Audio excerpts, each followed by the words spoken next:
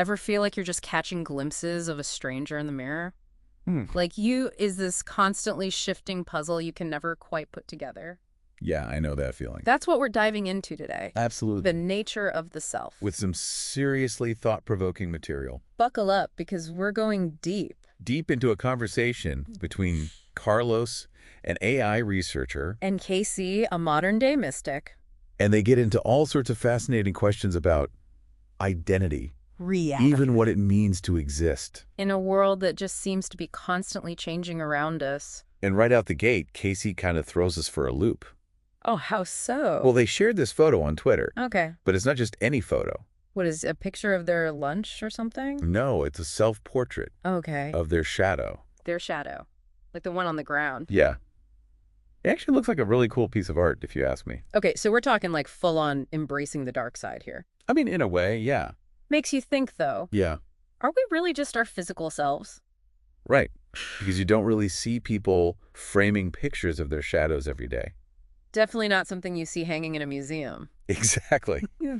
It's like they're challenging this whole idea of how we define ourselves. Yeah, we get so caught up in our appearance, our name, our story. I love that. But what if those are just layers? I like that. Layers on top of something way deeper. And speaking of going deep, they talk about the work of Alan Watts. Oh, I love Alan Watts. You know that quote? Your flesh is not you, it's a concept. Okay, that one's a little out there. You know, right? Like, am I just walking mist or something? It's definitely provocative. Yeah. But think about it this way. Okay. Your body, it changes constantly. Why, yeah. You're not even the same collection of cells you were a year ago. Right? So how can that be our fixed, unchanging self? Okay, well, and this is making me think. Yeah. It's like that thought experiment, the ship of Theseus. Oh, yeah, I see it. If you replace all the parts of a ship, is it still the same ship? Right, and he's basically saying our bodies are like that. Always changing. So what makes me Mm. me yesterday, And today? if our cells are different? I mean, are we just defined by our memories then? Well, even our memories are tricky. Oh, yeah. Casey pointed out they're constantly being rewritten too, Rewritten. being interpreted, You're saying my memories aren't even reliable. not perfectly. Oh, tell me about it.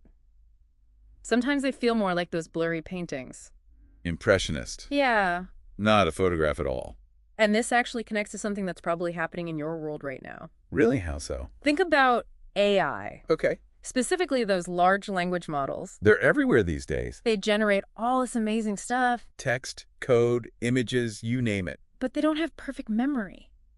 They don't. It's more about the process of creation for them not holding on to some fixed thing, So you're saying we're kind of like LLMs ourselves.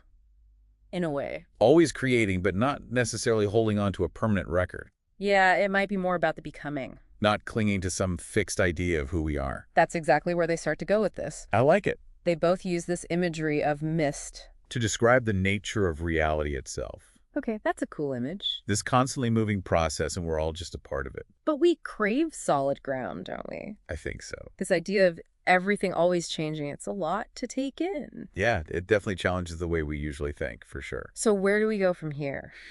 Well, this is where the conversation gets really interesting. Okay, I'm listening. This is where they start to unpack what this all actually means for us. Because if everything is always changing, how do we even navigate that? Right. Does it have to be chaos?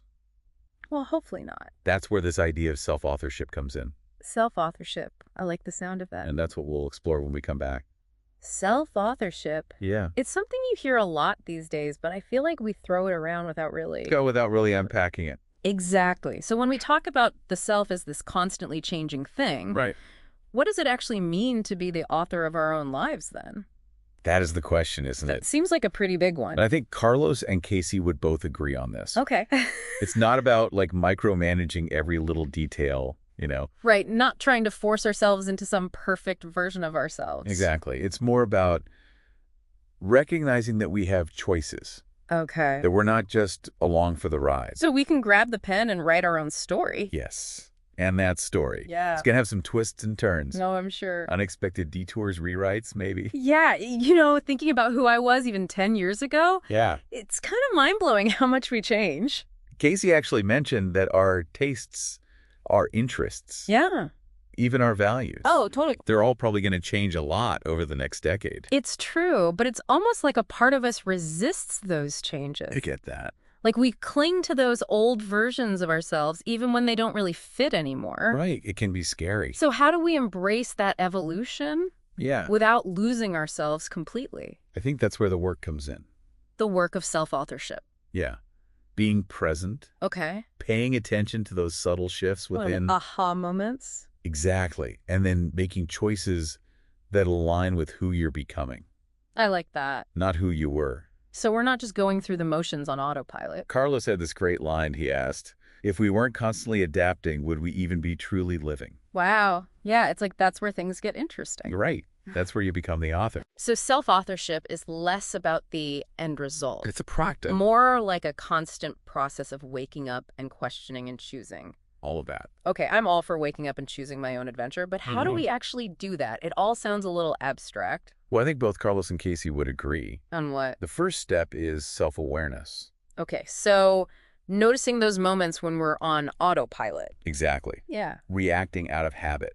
Instead of really being conscious. And then that's where you can hit pause. So basically becoming aware of the stories we tell ourselves. The beliefs The pattern. that aren't serving us anymore. And once we're aware. That's where we can start to make different choices. Okay, so if self-awareness is step one, what comes next? How do we actually rewrite those patterns? That is a great question. And I'm assuming you have an answer. That's where we'll dive in right after the break. Hi, tease. We'll be right back.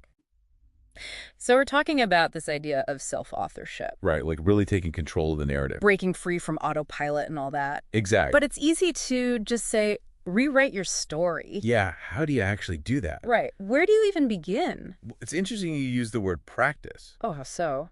Both Carlos and Casey. Yeah. They emphasize this idea that it's not a destination.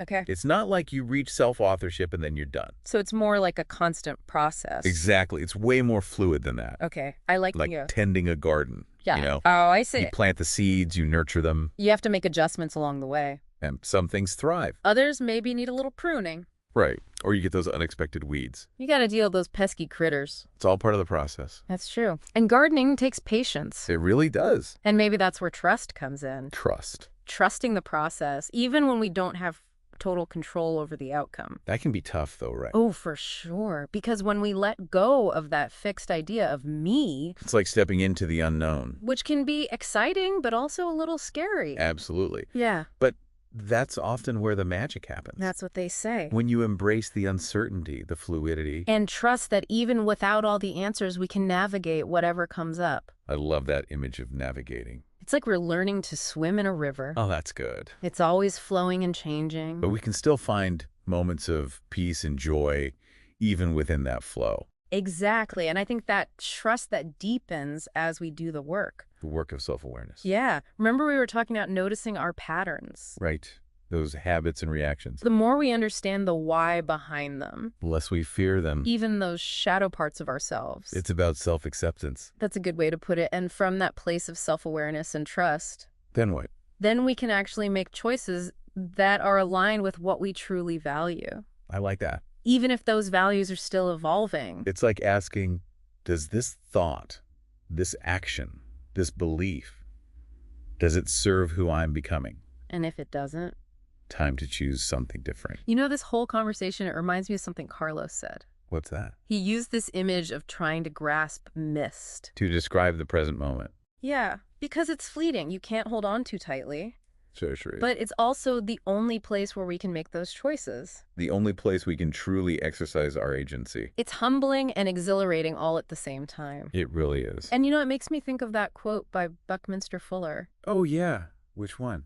He said, "We are not human beings having a spiritual experience. I love this one. We are spiritual beings having a human experience." It's so true. It perfectly captures what we've been talking about today. That the self isn't this isolated thing. It's connected to everything. constantly in motion. A mystery to be explored rather than a problem to be solved. Well said. So as we wrap up this deep dive, I want to leave our listeners with one last thought to ponder. Okay. I'm listening.